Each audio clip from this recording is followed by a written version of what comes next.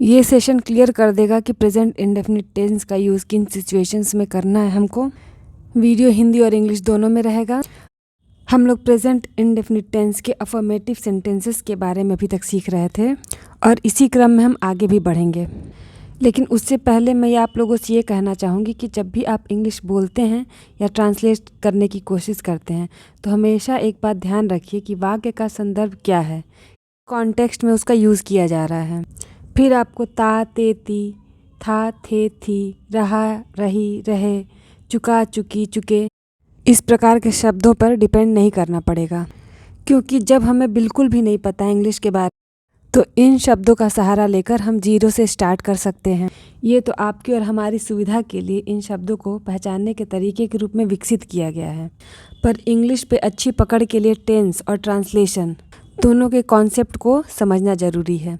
इसीलिए मैं आपको टेंस की डेफिनेशन भी बताती चलती हूँ ताकि एक टेंस दूसरे टेंस से कंफ्यूज न करे। तो चलिए अब शुरू करते हैं आज का सेशन। I am Sangeeta. आज के सेशन में हम लोग प्रेजेंट इंडेफिनिट टेंस के डाइवर्सिटी पर बात करेंगे। रेगुलर और जनरल यूसेज के अलावा और किस प्रकार के वाक्यों में इसका प्रयोग होता है ये समझेंगे। List is in front of your eyes. It might seem long but obviously I am here to simplify it. Let's get started. Regular या जनरल एक्शंस क्या होते हैं, जैसे रोज़ मैं सुबह उठता हूँ 5 बजे। I get up every day at 5 o'clock। मैं कभी झूठ नहीं बोलता, I never tell a lie. और he goes to office every day, वह प्रतिदिन कार्यालय जाता है। अब आते हैं इर्रेगुलर एक्शंस पे। इर्रेगुलर एक्शंस कैसे हैं, जैसे वह रोज़ कार्यालय तो जाता है पर कभी कभी नहीं भी जाता होगा, तो क्या सेंटेंस बन जाएगा, कभी कभी वह कार्यालय नहीं जाता है।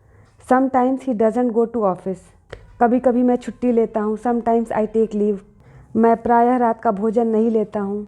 आई ऑफन स्किप डिनर, तो जो काम हम कभी कभी या कुछ अंतराल पे भी करते हैं उसके इस्तेमाल के लिए भी इस टेंस का यूज़ होता है। हैबिचुअल एक्शंस भी जो होते हैं वो डेली बेसिस पे होने वाले काम होते हैं। आप अपने रोज़ के हैबिचुअल एक्शंस की लिस्ट बनाकर उसे ट्रांसलेट करने की कोशिश करिए, और अगर कुछ वाक्य बनाने में आपको मदद चाहिए तो आप मुझसे मांग सकते हैं।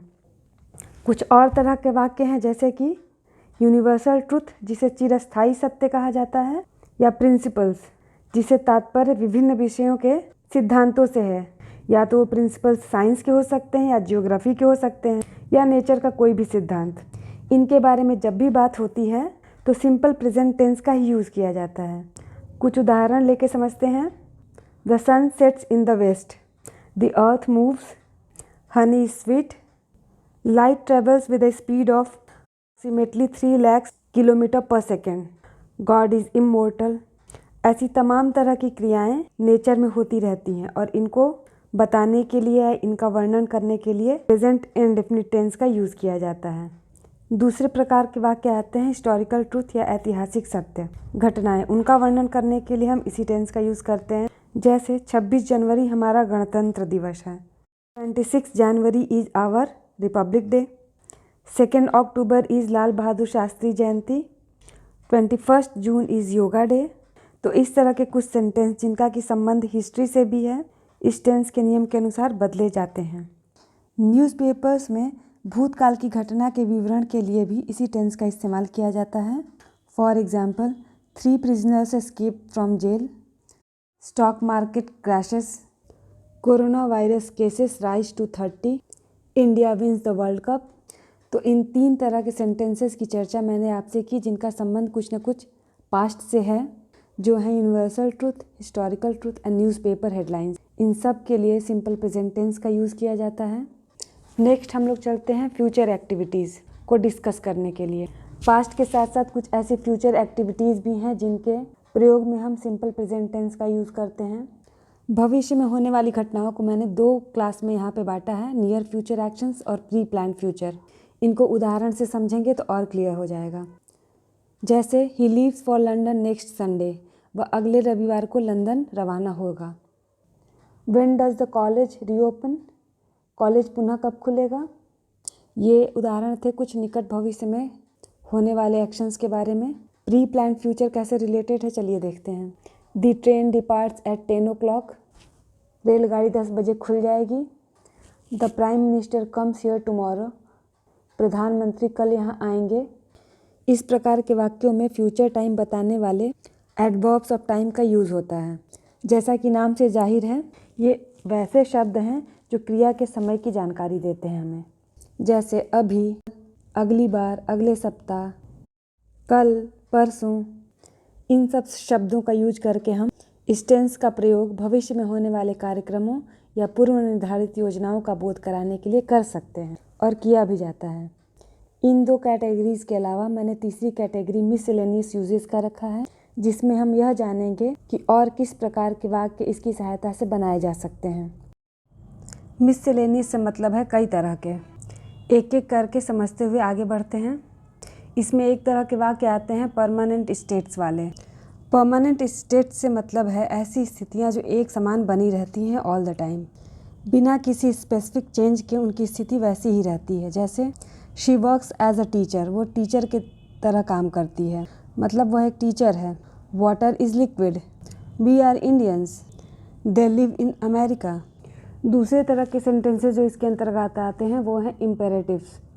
इम्पेरेटिव से मतलब होता है कमांड या ऑर्डर देने वाले वाक्य।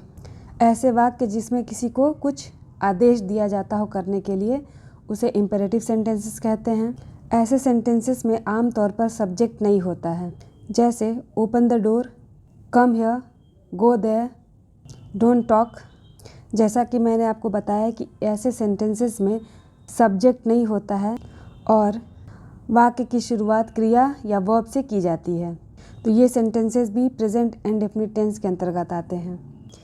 इसके साथ ही हियर एंड देयर से शुरू होने वाले एक्सक्लेमेटरी सेंटेंसेस, हिंदी में विस्मयादिबोधक वाक्य में भी सिंपल प्रेजेंट टेंस का यूज़ किया जाता है और इससे किसी कार्य के जारी रहने का संदेश प्राप्त होता है। उदाहरण के लिए here comes the king, there goes the bus, here he comes, there he blows. तो इससे बनने वाले ऑलमोस्ट सभी तरह के सेंटेंसेस कवर हो गए हैं। तो अब इस सेंटेंस की यूज़ को केवल ता है, ती है, ते हैं तक लिमिट करने वाले अपने नॉलेज को एक्सपैंड कीजिए और वाइड वैरायटी ऑफ सेंटेंसेस में इसका यूज़ करिए। जैसा कि मैंने आपको पहले वाली वीडियो में बताया था कि ये 60 to 70% हमारी रोज़ की बोलचाल का हिस्सा है। तो अब आपको बहुत ही आसानी से समझ में आया होगा कि मैंने ऐसा आपको क्यों कहा था। नेक्स्ट वीडियो इसी के नेगेटिव और इंटेरोगेटिव सेंटेंसेस से ट्रांसलेशन के विषय में रहेगा। Till then keep watching and keep learning. Thank you.